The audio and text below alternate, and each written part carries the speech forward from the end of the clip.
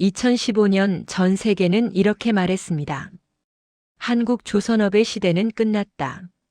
그해 중동의 한 에너지 강국은 23조 원 규모의 초대형 LNG 프로젝트에서 한국이 아닌 30%더 싼 중국을 선택했습니다. 당시 한국 조선업은 벼랑 끝에 서 있었습니다.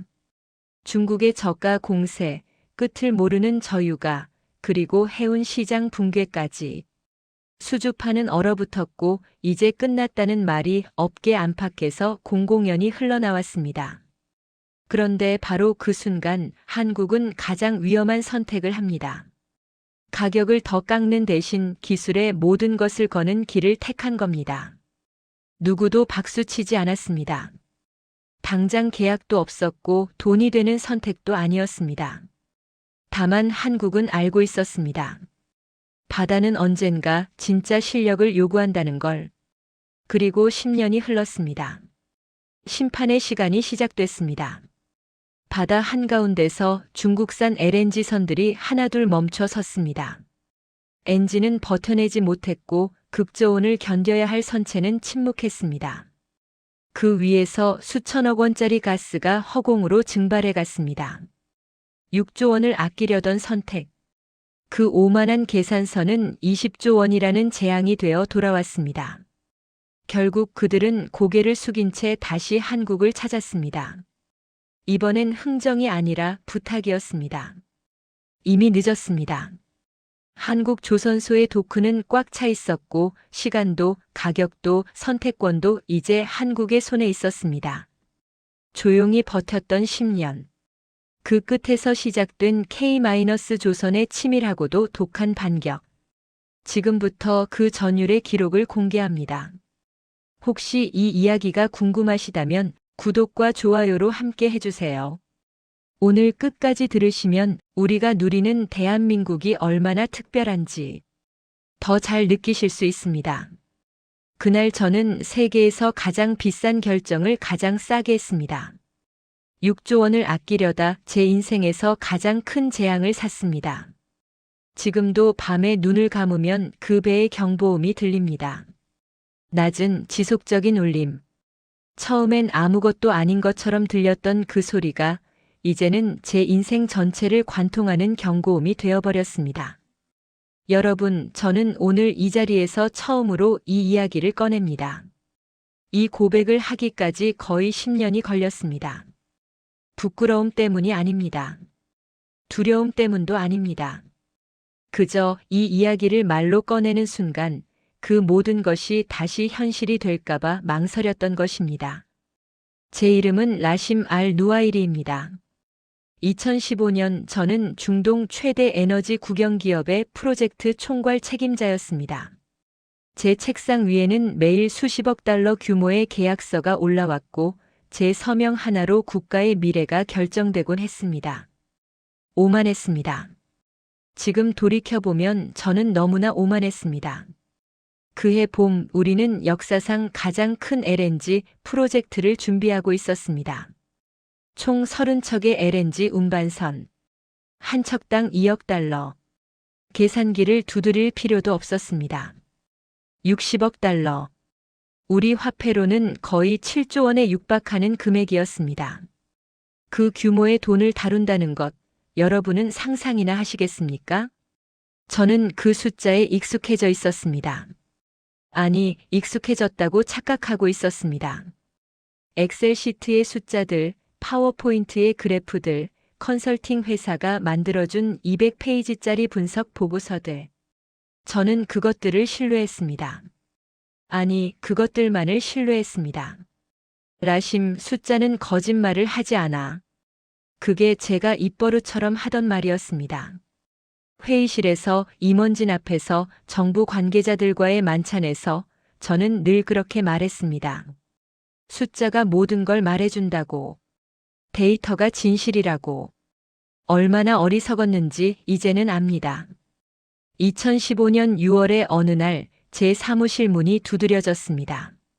사미르 하산. 우리 회사의 기술 총괄 책임자였습니다.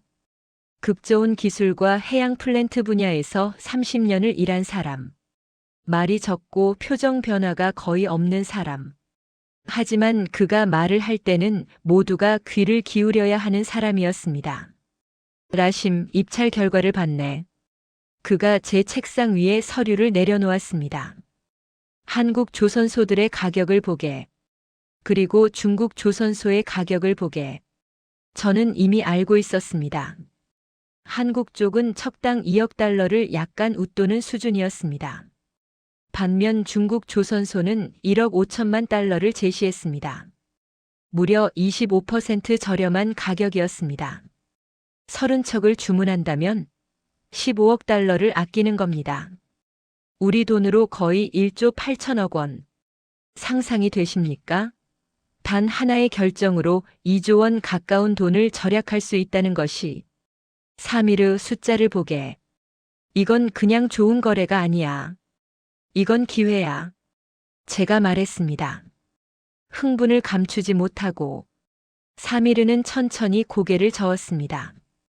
그의 눈빛이 지금도 기억납니다. 슬픔도 아니고 분노도 아니었습니다. 그저 깊은 우려였습니다. 라심, 자네는 LNG선이 뭔지 알고 있나? 당연히 알지. 액화천 연가스 운반선 아닌가? 그게 다가 아니야. 사미르가 창문 쪽으로 걸어갔습니다. 우리 사무실 창문 너머로는 푸른 바다가 보였습니다. 페르시아만의 잔잔한 물결이 햇빛에 반짝이고 있었습니다. LNG선은 바다 위를 떠다니는 극좋은 폭탄이야. 영하 163도의 액화가스를 싣고 태풍을 뚫고 10,000km를 항해하는 거야. 탱크 하나 잘못 설계하면, 용접 하나 불량 나면, 밸브 하나 오작동하면. 라심, 그건 사고가 아니야. 재앙이야. 저는 웃었습니다. 지금 생각하면 그 웃음이 얼마나 경박했는지 모릅니다. 사미르, 자네는 너무 걱정이 많아. 중국도 이제 기술력이 많이 올라왔다고 하지 않나. 그들도 이미 수십 척을 건조했어. 시장에서 점유율도 올라가고 있고. 점유율과 기술력은 다른 거야, 라심. 사미르의 목소리가 낮아졌습니다.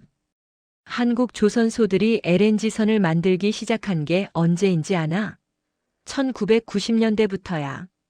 거의 30년 동안 쌓아온 노하우가 있어. 멤브레인 방식의 화물창 기술, 극좋은 용접 기술, 이건 하루아침에 따라잡을 수 있는 게 아니야. 하지만 사미르, 기술은 결국 시간이 해결해주지 않나. 그리고 우리에겐 시간이 있어. 첫 인도까지 3년이야. 3년이면 3년으로 30년을 따라잡을 순 없어. 그때 저는 사미르의 말을 진지하게 받아들이지 않았습니다.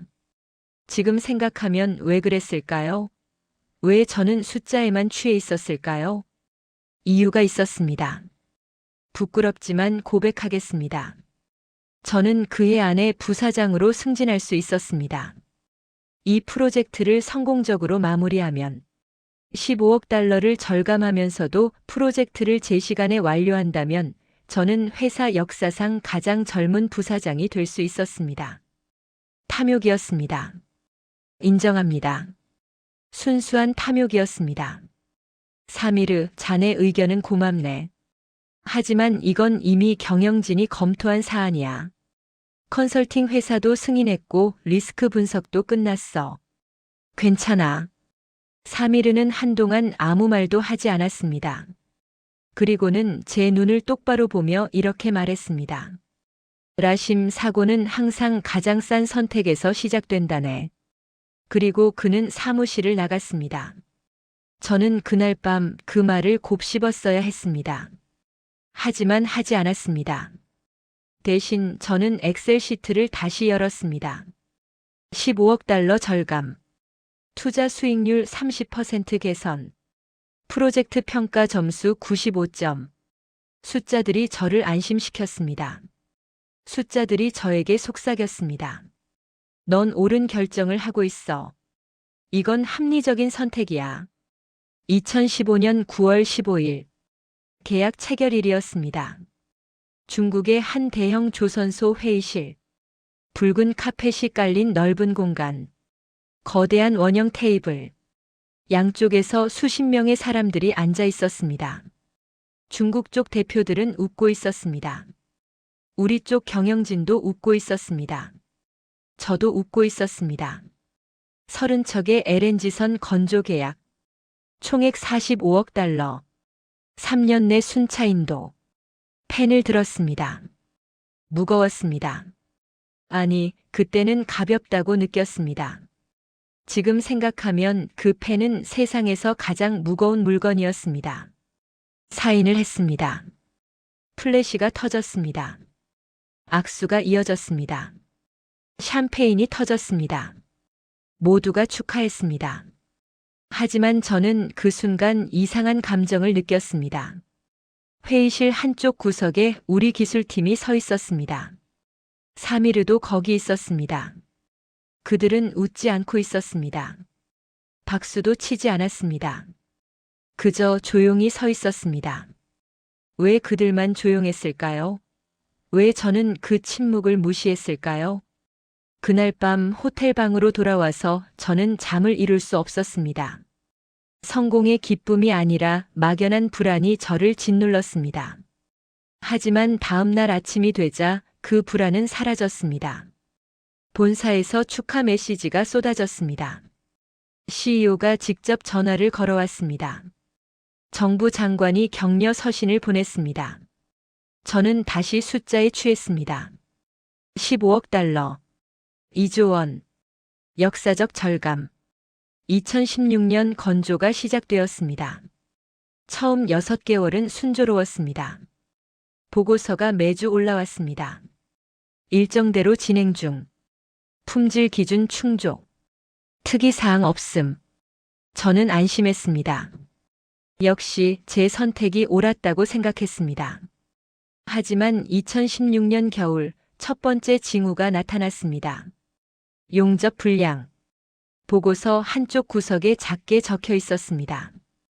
탱크 3번 구역 용접부 재시공 필요. 일정 2주 지연. 저는 프로젝트 관리자를 불렀습니다. 이게 뭔가? 소소한 문제입니다, 부사장님. 용접 검사에서 기준에 약간 미달한 부분이 발견되어서 재시공하는 겁니다. 흔한 일입니다. 흔한 일? 네. 조선소 건조 과정에서 이런 재시공은 항상 있습니다. 전혀 문제 없습니다. 저는 고개를 끄덕였습니다. 그리고 보고서를 서랍에 넣었습니다. 그게 첫 번째 경고였습니다. 제가 무시한 첫 번째 경고. 2017년 봄 두 번째 징후. 설계 변경 요청서라는 제목의 문서가 올라왔습니다. 중국 조선소에서 보낸 것이었습니다. 화물창 단열재 사양을 일부 변경하고 싶다는 내용이었습니다. 기술적으로 동등하거나 우수한 대체제라고 적혀 있었습니다. 저는 사미르에게 검토를 지시했습니다. 사미르가 제 사무실로 왔습니다. 라심, 이건 승인하면 안 돼. 왜? 기술적으로 동등하다고 적혀 있잖아. 서류상으로는 그래. 하지만 실제 극저온 환경에서의 장기 성능 데이터가 부족해. 이건 검증되지 않은 자재야. 사미르, 자네는 항상 그렇게 보수적이야. 조선소가 비용 절감을 위해 노력하는 건 당연한 거 아닌가? 우리도 그래서 이 조선소를 선택한 거잖아. 비용 절감과 안전은 다른 문제야, 라심. 기술팀 의견은 참고하겠네. 하지만 최종 결정은 내가 하지. 결국 저는 그 변경을 승인했습니다. 조선소는 비용을 절감했습니다. 우리는 공기를 맞출 수 있었습니다. 숫자는 여전히 좋아 보였습니다. 하지만 밤에 잠들기 전에 저는 가끔 생각했습니다. 내가 지금 뭘 하고 있는 걸까? 그 생각을 떨쳐내기 위해 저는 다음 날 아침 더 열심히 일했습니다. 더 많은 보고서를 읽었습니다. 더 많은 회의에 참석했습니다. 도망치고 있었던 겁니다. 제 자신으로부터. 2017년 여름부터 2018년 초까지 작은 문제들이 계속 발생했습니다. 펌프 시스템 재설치 필요 마이너스 3주 지연. 계측 장비 교정 불량 마이너스 재검사 중. 배관 용접부 엑스레이 검사 제실 시 2주 추가 소요. 하나하나는 작았습니다. 보고서에서 한두 줄씩 차지하는 문제들이었습니다. 하지만 그것들이 쌓이고 있었습니다. 눈덩이처럼. 2018년 3월 3일가 마지막으로 제 사무실에 왔습니다. 라심, 나는 내 양심상 더 이상 이 프로젝트에 관여할 수 없네. 무슨 소리야, 3일? 1호선 건조가 거의 끝나가고 있어. 하지만 내가 본 바로는 그 배는 우리 기준을 만족하지 못해. 서류상으로는 통과했어. 검사도 통과했어. 하지만 현장에서 내가 본 건, 자네가 본 건 뭔가? 모퉁이를 깎은 흔적들이야. 보이지 않는 곳의 마감. 검사 받지 않는 부분의 시공. 라심, 그 배는 20년을 버틸 수 없어. 어쩌면 10년도. 3일 후, 제가 소리쳤습니다. 처음으로 그에게 소리를 질렀습니다. 자네는 지금 이 프로젝트 전체를 부정하는 건가? 이미 40억 달러가 투입됐어. 1호선은 다음 달 인도야. 자네가 지금 무슨 말을 하는 건지 알기나 해? 3일은 조용히 고개를 끄덕였습니다. 알고 있네. 그래서 내가 사임하는 거야. 그리고 그는 정말로 사임했습니다. 저는 그의 사임을 받아들였습니다. 아니, 사실은 안도했습니다. 그가 떠나면 더 이상 그의 경고를 들을 필요가 없었으니까요. 얼마나 비겁했는지 이제는 압니다. 2018년 4월 20일, 1호선 인도식이 열렸습니다.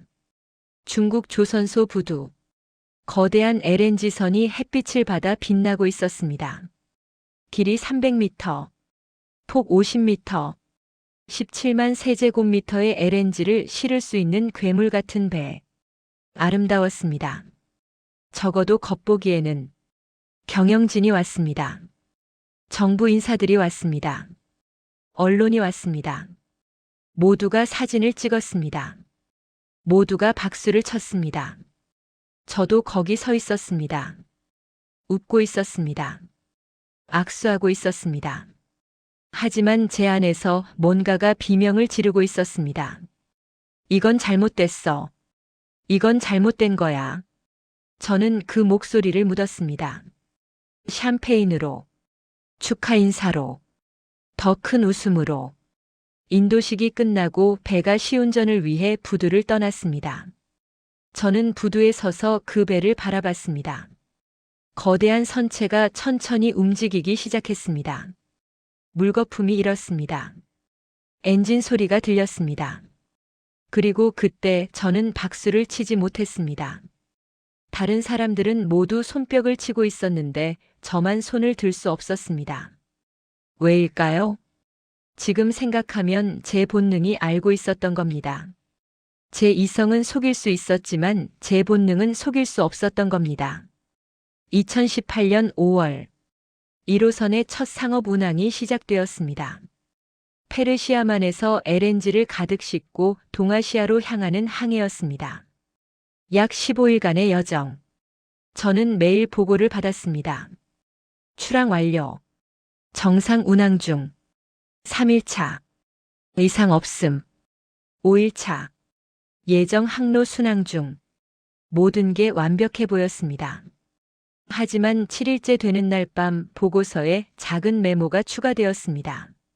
화물창 3번 탱크 온도 센서 일시적 오류. 재부팅 후 정상화. 저는 그 메모를 보고 손이 떨렸습니다. 왜 떨렸을까요? 그건 일시적 오류라고 적혀 있었습니다. 이미 정상화되었다고 했습니다. 하지만 저는 알고 있었습니다. 아니, 느끼고 있었습니다. 이건 시작이라는 것을. 다음 날 또 다른 메모. 이번 탱크 압력계 수치 불안정. 점검 예정. 그 다음 날. 냉각 시스템 보조 펌프 간헐적 작동. 주 펌프로 대체 운용 중. 하나씩, 하나씩. 작은 문제들이 보고되기 시작했습니다. 선장은 말했습니다. 모두 정상 범위 내의 변동입니다. 신조선에서 흔히 나타나는 현상입니다. 프로젝트 관리자는 말했습니다. 기술적으로 전혀 문제 없습니다. 모든 시스템이 정상 작동 중입니다. 하지만 저는 잠을 잘 수 없었습니다. 밤마다 저는 노트북을 켰습니다. 실시간 모니터링 화면을 띄웠습니다. 1호선의 위치, 속도, 화물창 온도, 압력, 모든 데이터가 거기 있었습니다. 숫자들을 바라봤습니다. 숫자들은 정상이라고 말했습니다. 하지만 저는 더 이상 숫자를 믿을 수 없었습니다. 2018년 5월 18일 밤, 1호선이 목적지 항구에 도착하기 하루 전이었습니다. 저는 호텔 방에서 모니터링 화면을 보고 있었습니다. 새벽 2시였습니다. 갑자기 화면에 한 숫자가 변했습니다. 3번 탱크 온도 마이너스 163.2도에서 마이너스 162.8도로 상승. 0.4도. 미세한 변화였습니다. 허용 오차 범위 내였습니다. 하지만 저는 그 숫자를 보는 순간 온몸에 소름이 돋았습니다. 왜 올라갔을까? 왜 지금? 전화기를 집어들었습니다. 선장에게 전화를 걸었습니다. 선장, 3번 탱크 온도를 확인했나? 네, 부사장님. 확인했습니다. 미세한 변동이지만 정상 범위입니다. 정말 확실한가? 네, 확실합니다. 냉각 시스템도 정상 작동 중이고 다른 탱크들도 모두 안정적입니다. 알겠네. 혹시 모르니 계속 주시하게. 물론입니다, 부사장님. 전화를 끊었습니다. 하지만 안심이 되지 않았습니다. 저는 다시 화면을 봤습니다. 온도는 마이너스 163.0도로 돌아왔습니다. 정상이었습니다. 하지만 저는 알고 있었습니다. 뭔가 잘못되고 있다는 것을. 새벽 3시. 또 한 번 변화가 있었습니다. 이번엔 압력이었습니다. 이번 탱크. 미세하게 증가했다가 다시 정상으로. 새벽 4시. 1번 탱크 냉각수 유량. 순간적으로 감소했다가 회복. 모두 정상이었습니다.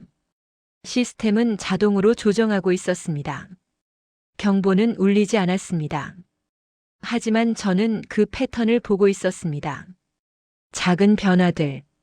여기저기서 나타나는 미세한 이상들. 개별적으로는 아무것도 아니었습니다. 하지만 전체적으로 보면 이건 배가 말하는 거야. 그 생각이 스쳤습니다. 이 배가 지금 뭔가 잘못됐다고 말하고 있어. 하지만 뭐가 잘못된 걸까요? 모든 시스템은 정상이었습니다. 모든 검사를 통과했습니다. 모든 인증을 받았습니다. 새벽 5시. 동이 트기 시작했습니다. 1호선은 순조롭게 항해하고 있었습니다. 몇 시간 후면 항구에 도착할 예정이었습니다. 저는 창문 밖을 바라봤습니다. 우리 호텔에서도 바다가 보였습니다. 잔잔한 바다. 평화로운 아침. 하지만 제 가슴속은 폭풍우가 몰아치고 있었습니다. 사미르의 말이 떠올랐습니다. 사고는 항상 가장 싼 선택에서 시작된다네. 제가 했던 대답이 떠올랐습니다. 숫자는 거짓말을 하지 않아. 그리고 지금 숫자들이 저에게 말하고 있었습니다. 하지만 저는 그 언어를 이해할 수 없었습니다. 아니, 이해하고 싶지 않았습니다. 오전 8시. 1호선이 항구에 입항했습니다. 저는 부두로 나갔습니다. 거대한 배가 천천히 접안하고 있었습니다. 사람들이 환호했습니다. 첫 항해 성공. 완벽한 운항. 저도 박수를 쳤습니다. 웃었습니다. 하지만 제 눈은 배를 떠나지 못했습니다. 그 거대한 선체. 그 안에 담긴 17만 세제곱미터의 극저온 액화가스. 그리고 그것을 담고 있는 제가 선택한 가장 싼 탱크. 하역이 시작되었습니다. LNG가 파이프를 통해 육상 저장 시설로 이송되었습니다. 모든 게 순조로웠습니다. 그날 저녁 축하 만찬이 열렸습니다. CEO가 저를 불렀습니다. 라심, 자네 덕분이야. 완벽한 프로젝트야. 15억 달러를 절감하면서도 일정을 맞췄어. 이번 달 이사회에서 자네 승진을 확정할 걸세. 저는 고개를 숙여 감사를 표했습니다. 하지만 제 마음속에서는 뭔가가 무너지고 있었습니다. 그날 밤 다시 호텔 방으로 돌아왔습니다. 노트북을 켰습니다. 1호선의 데이터를 다시 봤습니다. 하역이 끝난 후 모든 시스템이 정상으로 돌아왔습니다. 온도도 안정됐습니다. 압력도 정상이었습니다. 문제 없었어. 그냥 신경과민이었던 거야. 스스로에게 말했습니다. 하지만 믿어지지 않았습니다. 저는 과거 데이터를 열었습니다. 항해 중 기록된 모든 수치들을 다시 확인했습니다. 그리고 그때 발견했습니다. 패턴, 온도 변화, 압력 변화, 유량 변화. 개별적으로는 무작위로 보였던 것들이 전체적으로 보니 규칙성이 있었습니다. 3시간마다, 정확히 3시간마다 어딘가에서 미세한 변화가 발생했습니다. 우연일까요? 시스템의 자동 조정 주기일까요? 아니면 손이 떨렸습니다. 보고서에는 없는 숫자들이었습니다. 너무 작아서 경보 시스템을 작동시키지 않는 변화들이었습니다. 하지만 그것들이 거기 있었습니다. 저는 기술팀에 연락하려고 했습니다. 하지만 사미르는 이미 떠났습니다. 그를 대체한 새 기술 책임자는 제가 선택한 사람이었습니다. 문제를 제기하지 않는 사람. 전화기를 내려놨습니다. 내가 뭘 걱정하는 거지? 배는 무사히 도착했어. 하역도 성공적이었어. 다음 항해 준비도 끝났어. 스스로를 설득했습니다. 하지만 그날 밤 저는 잠들 수 없었습니다. 꿈속에서, 아니 악몽 속에서 저는 계속 그 숫자들을 봤습니다. 마이너스 162.8도. 그리고 경보음. 낮고 지속적이고 멈추지 않는 경보음. 2018년 5월 25일. 1호선이 다시 출항했습니다. 두 번째 항해였습니다. 저는 부두에 나가지 않았습니다. 사무실에서 모니터로 지켜봤습니다. 배가 천천히 부두를 떠났습니다. 모든 시스템 정상. 날씨 양호. 예상 항해 일수 14일. 화면 속의 배는 작은 점이 되어 수평선 너머로 사라졌습니다. 그리고 그날 밤. 바다는 아무 말도 하지 않았습니다. 고요했습니다. 너무나 고요했습니다. 하지만 저는 알고 있었습니다. 그 침묵이 가장 무서운 경고라는 것을. 그때는 몰랐습니다. 그 침묵이 정말로 경고였다는 걸. 그 선택의 대가는 이제 막 움직이기 시작하고 있었습니다. 첫 경보는 새벽 3시 17분에 울렸습니다. 정확히 기억합니다. 그 시간, 그 소리, 그 순간을. 1호선의 두 번째 항해 출항 9일째였습니다. 저는 사무실에서 모니터링 화면을 보고 있었습니다. 밤샘 근무였습니다. 아니, 사실은 잠을 잘 수 없었습니다. 첫 항해 때부터 계속된 불안이 저를 책상에 붙들어 두고 있었습니다. 커피를 마셨습니다. 벌써 5잔째였습니다.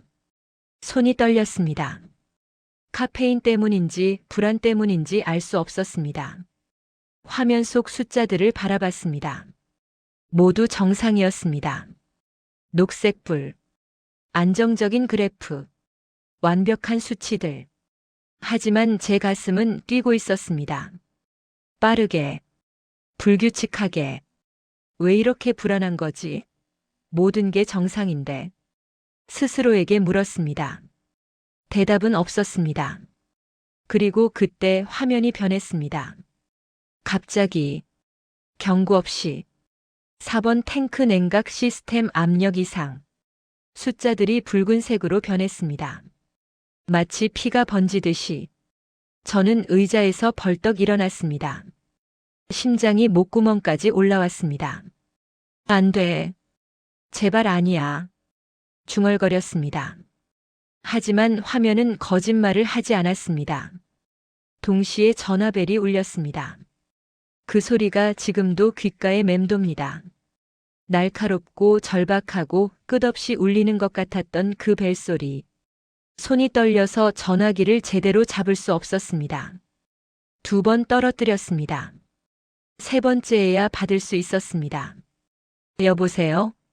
제 목소리가 갈라졌습니다. 부사장님, 문제가 있습니다. 선장이었습니다. 하산 선장. 30년 경력의 베테랑. 제가 본 그 어떤 상황에서도 침착했던 사람. 태풍을 뚫고 해적을 피하고 엔진 고장을 극복했던 사람. 그가 떨리고 있었습니다. 그의 목소리에서 공포가 느껴졌습니다. 날 것 그대로의 숨기지 않은 공포. 무슨 문제인가? 저도 떨리고 있었습니다. 하지만 침착한 척했습니다. 우스웠습니다. 누구를 위한 연기였을까요? 4번 탱크주 냉각 펌프가 멈췄습니다. 아무 경고도 없이 그냥 멈췄습니다. 보조 펌프는 즉시 전환했습니다. 하지만 부사장님, 그가 말을 멈췄습니다. 숨소리가 들렸습니다. 거칠고 빠른 숨소리. 말하게 선장. 온도가 계속 올라가고 있습니다. 보조 펌프로는 감당이 안 됩니다. 머리가 하얘졌습니다. 귀에서 윙 소리가 났습니다. 지금 몇 도인가? 영하 162도입니다. 1분 전에는 162.5도였습니다. 계속 올라가고 있습니다. 1도. 고작 1도. 하지만 그 1도가 생명과 죽음의 차이였습니다. LNG는 영하 163도에서 액체 상태를 유지합니다. 섭씨 1도만 올라가도 기화가 시작됩니다. 압력이 급증합니다. 탱크가 견디지 못하면 폭발합니다. 17만 세제곱미터의 LNG. 폭발한다면 그건 폭탄이 아닙니다. 히로시마급 에너지입니다. 그리고 그 위에는 25명의 선원이 있었습니다. 25명. 각자의 가족이 있는 사람들. 아내가 있고 아이들이 있고 부모님이 있는 사람들. 그들의 얼굴이 떠올랐습니다. 인도식 때 봤던 얼굴들. 웃고 있던 얼굴들. 보조 펌프 출력은 최대인가? 이미 최대입니다. 하지만 냉각 효율이 설계치에 못 미칩니다. 설계치에 못 미친다. 그 말을 듣는 순간 제 다리에 힘이 풀렸습니다. 의자에 주저앉았습니다. 이건 설계 결함이야. 구조적 문제야. 수리로 해결될 게 아니야. 사미르의 목소리가 들렸습니다. 1년 전 제 사무실에서 했던 말. 사고는 항상 가장 싼 선택에서 시작된다네. 저는 그 경고를 무시했습니다. 15억 달러라는 숫자에 눈이 멀어서 지금 당장 가까운 항구로 회항하게 이미 항로를 변경했습니다. 하지만 부사장님, 가장 가까운 항구까지 18시간입니다. 18시간. 저는 계산기를 집어들었습니다. 손이 떨려서 숫자를 제대로 누를 수 없었습니다. 3번 만에 겨우 계산했습니다. 현재 온도 상승 속도 시간당 0.5도. 18시간이면 9도 상승. 위험 수치 도달 시간 약 6시간. 6시간. 고작 6시간 안에 모든 게 끝날 수 있었습니다. 선장, 주 펌프를 재가동할 수 있나? 엔지니어들이 지금 엔진룸에 있습니다. 하지만 뭔가 목소리가 높아졌습니다. 소리를 지르고 있었습니다. 펌프 구동부 자체에 문제가 있는 것 같습니다. 부사장님, 이건 단순 고장이 아닙니다. 구동축이 뒤틀려 있습니다. 베어링이 마모되어 있습니다. 마치 몇 년을 쓴 것처럼. 몇 년을 쓴 것처럼? 네. 이 배가 건조된 지 1년밖에 안 됐는데 부품 상태가 5년 이상 사용한 수준입니다. 그 순간 저는 깨달았습니다. 이건 고장이 아니었습니다. 구조 자체의 문제였습니다. 값싼 부품, 부실한 시공, 검증되지 않은 설계. 모든 게 처음부터 잘못되어 있었습니다. 다음 6시간은 제 인생에서 가장 긴 6시간이었습니다. 아니, 가장 긴 평생이었습니다. 저는 사무실을 떠나지 못했습니다. 화면만 바라봤습니다. 숫자만 지켜봤습니다. 마이너스 161.8도, 마이너스 161.5도, 마이너스 161.3도. 천천히 하지만 멈추지 않고 올라갔습니다. 마치 죽음을 향해 걸어가는 것 같았습니다. 한 걸음씩, 되돌릴 수 없이 30분마다 선장이 보고했습니다. 엔진룸 엔지니어들이 계속 작업 중입니다. 온도가 161도를 넘었습니다. 선원들이 불안해하고 있습니다. 저는 대답할 수밖에 없었습니다. 계속하게. 알겠네. 진정시키게. 하지만 저 자신도 진정할 수 없었습니다. 새벽 5시. 기적이 일어났습니다. 엔지니어들이 주 펌프 재가동에 성공했습니다. 온도가 내려가기 시작했습니다. 마이너스 161.8도, 마이너스 162.2도, 마이너스 162.9도. 새벽 7시 정상 수치로 돌아왔습니다. 위기는 넘겼습니다. 하지만 저는 알고 있었습니다. 이건 시작일 뿐이라는 것을. 그날 오전 긴급 경영진 회의가 소집되었습니다. 저는 보고했습니다. 사실 그대로 1호선 4번 탱크 냉각 시스템에 중대한 결함이 있습니다. 이는 설계상의 문제로 보이며 다른 선박에서도 동일한 문제가 발생할 가능성이 있습니다. 침묵이 흘렀습니다. CEO가 입을 열었습니다. 라심, 자네 말은 지금 우리가 주문한 30척 전체에 문제가 있다는 건가? 그 가능성을 배제할 수 없습니다. 증거는? 아직 정밀 조사가 필요합니다. 하지만 아직 확실하지 않다는 거군. 운영이사가 끼어들었습니다. CEO님, 이번 사건은 단발성 사고일 수 있습니다. 신조선에서는 초기 운항 중 이런 문제가 종종 발생합니다. 우리가 성급하게 판단해서는 안 됩니다. 재무이사가 말했습니다. 만약 우리가 지금 전체 선박에 문제가 있다고 선언하면 조선소와의 법적 분쟁이 시작됩니다. 이미 투입된 40억 달러가 위험해집니다. 그리고 우리 회사의 신뢰도도. 저는 그들을 바라봤습니다. 모두가 걱정하고 있었습니다. 하지만 그들이 걱정하는 건 배의 안전이 아니었습니다. 돈이었습니다. 명예였습니다. 주가였습니다. CEO가 결론을 내렸습니다. 1호선을 정밀 점검하게. 하지만 다른 선박 건조는 계속한다. 그리고 이 사건은 운항 중 발생한 기술적 미비 사항으로 기록하게. 중대 사고로 분류하지 말게. 하지만 CEO님. 라심. CEO가 저를 똑바로 봤습니다. 자네가 이 프로젝트를 주도했네. 자네가 이 조선소를 선택했어. 지금 자네가 전체 프로젝트의 문제를 제기한다는 건 자네 자신을 부정하는 거야. 신중하게 생각하게. 저는 입을 다물었습니다. 그날 저는 두 번째 선택을 했습니다. 첫 번째만큼이나 잘못된 선택을. 침묵하기로. 그때 멈췄다면 피해는 여기까지였을 겁니다. 하지만 저는 멈추지 않았습니다. 아니, 멈출 수 없었습니다. 두려웠던 겁니다.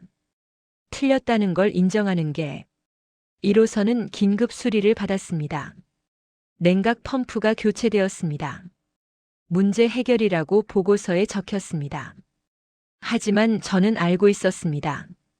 이건 미봉책이라는 것을. 2018년 7월 2호선이 인도되었습니다.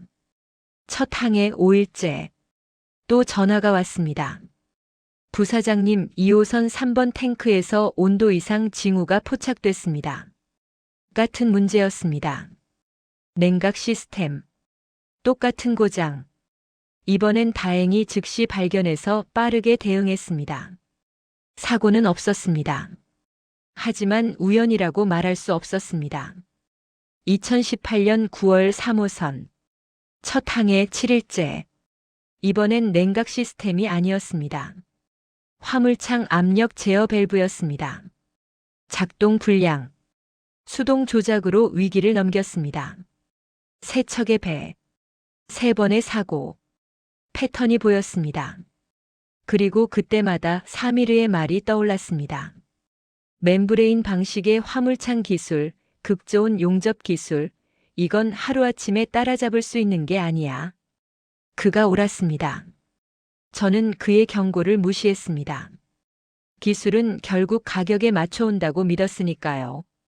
얼마나 오만했는지 이제는 압니다. 저는 더 이상 침묵할 수 없었습니다. 아니, 침묵해서는 안 됐습니다. 내부 조사팀을 구성했습니다. 제대로 된 조사를. 회사가 원하든 원하지 않든.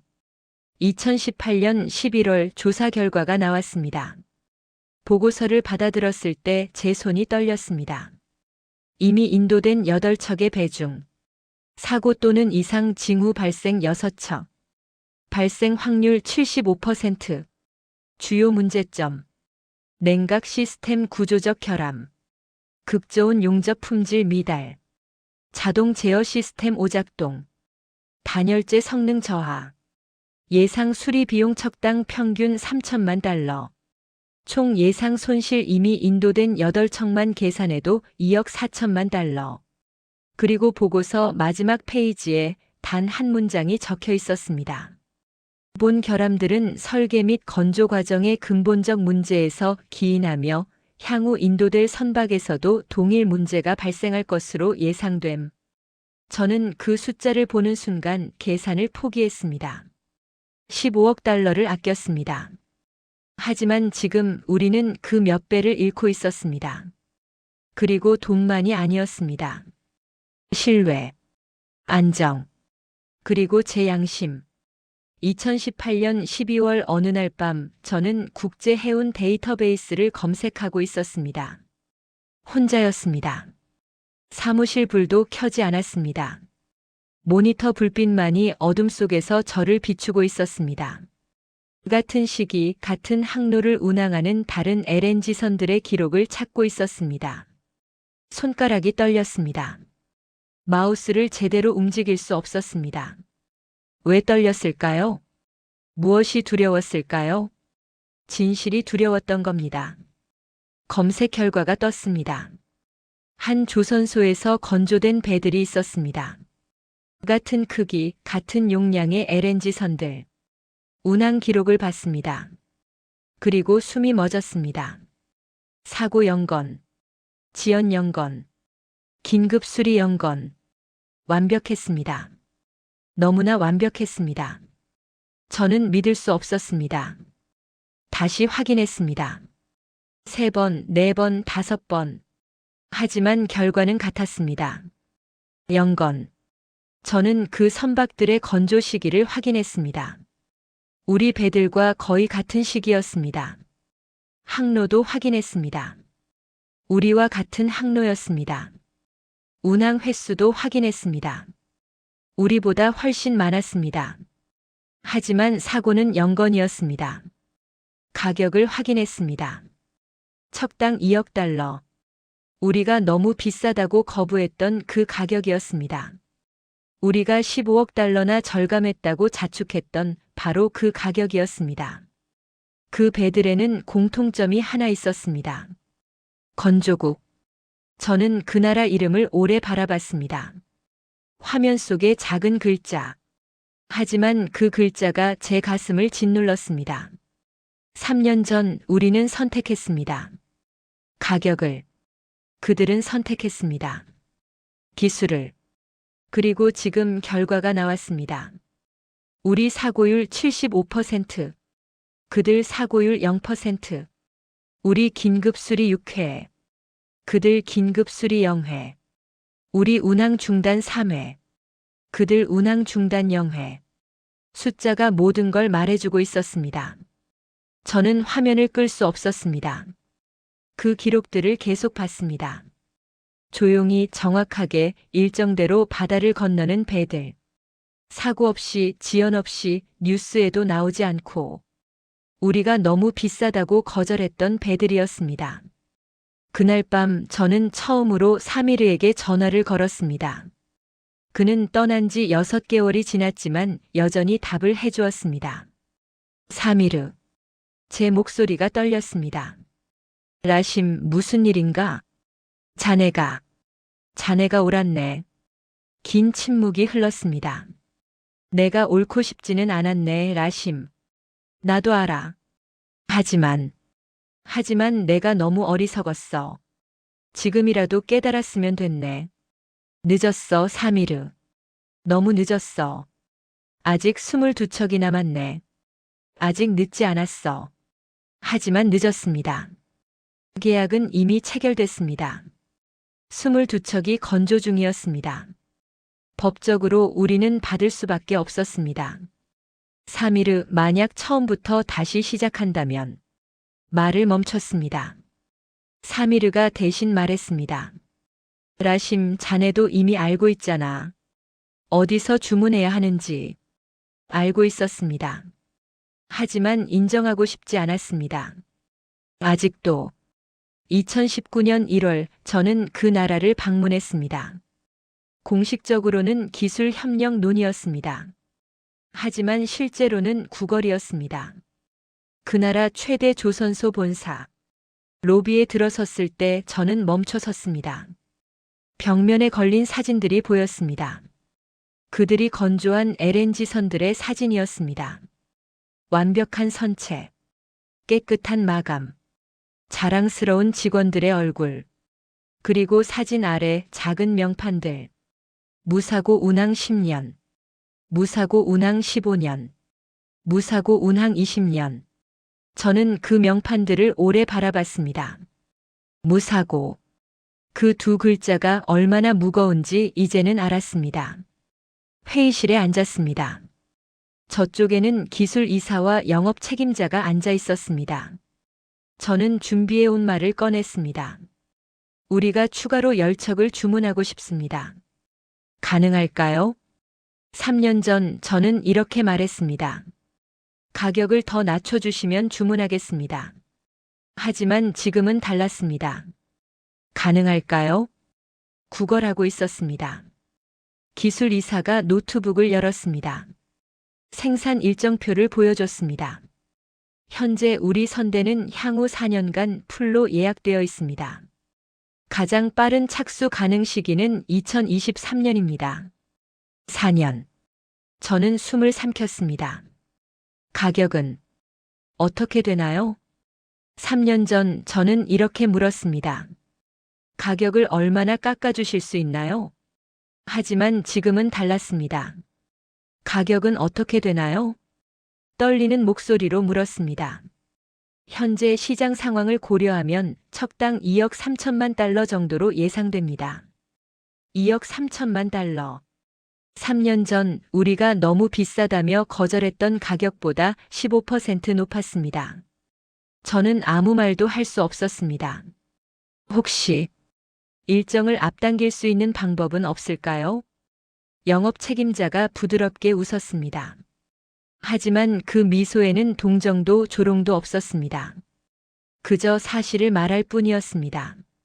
죄송합니다. 이미 우리와 계약한 고객사들이 있습니다. 그분들을 우선할 수밖에 없습니다. 그분들. 3년 전 가격이 비싸도 기술을 선택했던 사람들. 그들이 지금 우선순위였습니다. 그리고 저는 줄을 서야 했습니다. 그때 저는 깨달았습니다. 기술은 기다리는 쪽이 을이 됩니다. 3년 전 우리는 갑이었습니다. 60억 달러를 들고 가격을 흥정했습니다. 이 가격이면 안 사겠습니다. 더 싼 곳을 찾겠습니다. 우리는 협상 테이블에서 당당했습니다. 하지만 지금 저는 을이었습니다. 제발 받아주십시오. 4년이라도 기다리겠습니다. 가격은 문제가 아닙니다. 그때는 돈을 흥정했지만 이번엔 고개를 숙였습니다. 회의가 끝나고 저는 조선소를 나왔습니다. 부두가 보였습니다. 거대한 선박들이 건조되고 있었습니다. 용접 불꽃이 튀었습니다. 크레인이 움직였습니다. 작업자들이 분주했습니다. 저는 한참을 그 풍경을 바라봤습니다. 조용했습니다. 화려하지 않았습니다. 뉴스에 나오지도 않았습니다. 그저 묵묵히 배를 만들고 있었습니다. 30년 동안 같은 방식으로, 검증된 기술로, 그리고 그 배들은 바다에서 말없이 움직이고 있었습니다. 사고 없이, 지연 없이, 완벽하게. 그날 저녁 호텔 방으로 돌아왔습니다. 창문을 열었습니다. 바다가 보였습니다. 저 바다 어딘가에 우리 배들이 있었습니다. 고장난 펌프를 달고, 부실한 용접을 하고, 검증되지 않은 시스템을 가지고, 그리고 저 바다 어딘가에 그들의 배도 있었습니다. 조용히, 정확하게, 안전하게 움직이는 배들. 저는 계산기를 다시 꺼냈습니다. 3년 전 절감했다고 생각한 금액 15억 달러. 지금까지 발생한 수리비용 3억 달러. 앞으로 예상되는 추가 수리비용 최소 5억 달러. 운항 지연으로 인한 손실 2억 달러. 신뢰도 하락 계산 불가. 그리고 새로 주문하는 열척의 추가 비용 3천만 달러, 열척 3억 달러. 총 손실 최소 13억 달러. 15억 달러를 아꼈습니다. 13억 달러를 잃었습니다. 그리고 아직 끝나지 않았습니다. 22척이 더 남았으니까요. 저는 계산기를 창밖으로 던졌습니다. 바다로 떨어졌습니다. 숫자가 무슨 의미가 있습니까? 저는 숫자를 믿었습니다. 하지만 숫자는 한 가지를 말해주지 않았습니다. 기술의 가치를. 2022년 가을 국제에너지 포럼에 초청받았습니다. 주제는 대규모 에너지 프로젝트의 리스크 관리였습니다. 저는 강연을 거절하려 했습니다. 제가 무슨 자격으로 리스크를 논하겠습니까? 하지만 주최 측에서 다시 연락이 왔습니다. 라심님의 실패 사례를 듣고 싶습니다. 성공 사례는 많습니다. 하지만 진짜 교훈은 실패에서 나옵니다. 저는 받아들였습니다. 그리고 오늘 이 자리에 섰습니다. 청중석에는 50개국에서 온 에너지 기업 임원들, 정부 관료들, 프로젝트 관리자들이 앉아 있습니다. 젊은 얼굴들도 보입니다. 3년 전에 저 같은 얼굴들. 자신감에 차 있고 숫자를 믿고 절감액을 자랑스러워하는 얼굴들. 저는 마이크 앞에 섰습니다. 그리고 말했습니다. 여러분, 저는 오늘 제 실패를 고백하러 왔습니다. 2015년 저는 6조 원을 절감하는 결정을 내렸습니다. 아니, 그렇게 믿었습니다. 하지만 지금 저는 그 몇 배를 잃었습니다. 돈만이 아닙니다. 신뢰를, 안정을, 밤잠을 잃었습니다. 청중들이 숨을 죽이고 들었습니다. 제가 저지른 가장 큰 실수는 무엇이었을까요? 저는 준비해온 슬라이드를 띄웠습니다. 기술을 흥정의 대상으로 본 것입니다. 기술은 흥정할 수 있는 것이 아닙니다. 특히 사람의 목숨이 달린 기술은. 저는 2억 달러가 비싸다고 생각했습니다. 1억 5천만 달러면 충분하다고 생각했습니다. 하지만 그 5천만 달러 차이에 무엇이 들어 있었는지 이제는 압니다. 슬라이드가 넘어갔습니다. 30년의 경험, 수천 번의 시행착오, 완벽한 용접 기술, 검증된 설계, 그리고 무엇보다 책임감. 그 5천만 달러는 가격이 아니었습니다. 가치였습니다. 청중 한 명이 손을 들었습니다. 젊은 관료였습니다. 하지만 부사장님, 우리는 예산이 한정되어 있습니다. 무조건 비싼 선택을 할 수는 없지 않습니까? 좋은 질문이었습니다. 3년 전에 제가 했을 질문이었습니다. 그렇습니다. 예산은 한정되어 있습니다. 저도 압니다. 하지만 이걸 기억하십시오. 저는 다음 슬라이드를 띄웠습니다. 우리 배들의 사고 기록. 그리고 옆에 같은 시기 건조된 다른 배들의 기록. 우리 사고율 75%, 그들 사고율 0%. 숫자가 모든 걸 말해주었습니다. 비싼 게 항상 좋은 건 아닙니다. 하지만 기술에는 이유가 있습니다. 30년 쌓아온 기술이 왜 하루아침에 만든 기술보다 비싼지 그 이유를 이해해야 합니다. 그 가치는 사고가 터진 뒤에야 증명됩니다. 하지만 그때는 이미 늦습니다. 저는 마지막 슬라이드를 띄웠습니다. 우리는 싸게 샀다고 생각했지만 가장 비싼 대가를 치렀습니다. 강연이 끝났습니다. 박수가 나왔습니다. 하지만 저는 박수를 원하지 않았습니다. 다만 한 사람이라도 제 실수를 반복하지 않기를 바랄 뿐이었습니다. 강연 후 한 중년 남성이 다가왔습니다. 라심님, 용기 있는 고백이었습니다. 하나만 물어도 될까요? 물론입니다. 지금 다시 그때로 돌아간다면 어떤 선택을 하시겠습니까? 저는 잠시 생각했습니다. 사실 생각할 필요도 없었습니다. 저는 사미르의 말을 듣겠습니다. 기술 책임자의 경고를 무시하지 않겠습니다. 가격표보다 먼저 운항 기록을 보겠습니다. 그리고 저는 창문 밖을 봤습니다. 저 멀리 바다가 보였습니다. 그리고 조용히 움직이는 기술을 존중하겠습니다. 조용히 움직이는 기술이요? 네. 사고 없이, 지연 없이, 뉴스에 나오지 않고 그저 묵묵히 바다를 건너는 배들. 그 배들이 가장 무섭습니다. 가장 강력합니다. 왜냐하면 그들은 증명할 필요가 없으니까요. 이미 증명됐으니까요. 그날 밤 호텔로 돌아와서 저는 마지막으로 데이터베이스를 검색했습니다. 그 나라 조선소에서 건조된 LNG선들의 최근 기록. 여전히 완벽했습니다. 사고 0건, 운항 중단 0건, 뉴스 0건. 조용했습니다. 너무나 조용했습니다. 하지만 그 침묵이 가장 강력한 증명이었습니다. 30년 전부터 지금까지 그리고 앞으로도 그 배들은 말없이 바다를 건너고 있습니다. 저는 노트북을 닫았습니다. 그리고 생각했습니다. 제 이름은 역사에 남을까요? 아마 남을 겁니다. 15억 달러를 절감한 천재가 아니라 15억 달러를 절감하려다 그 몇 배를 잃은 어리석은 자로. 하지만 괜찮습니다.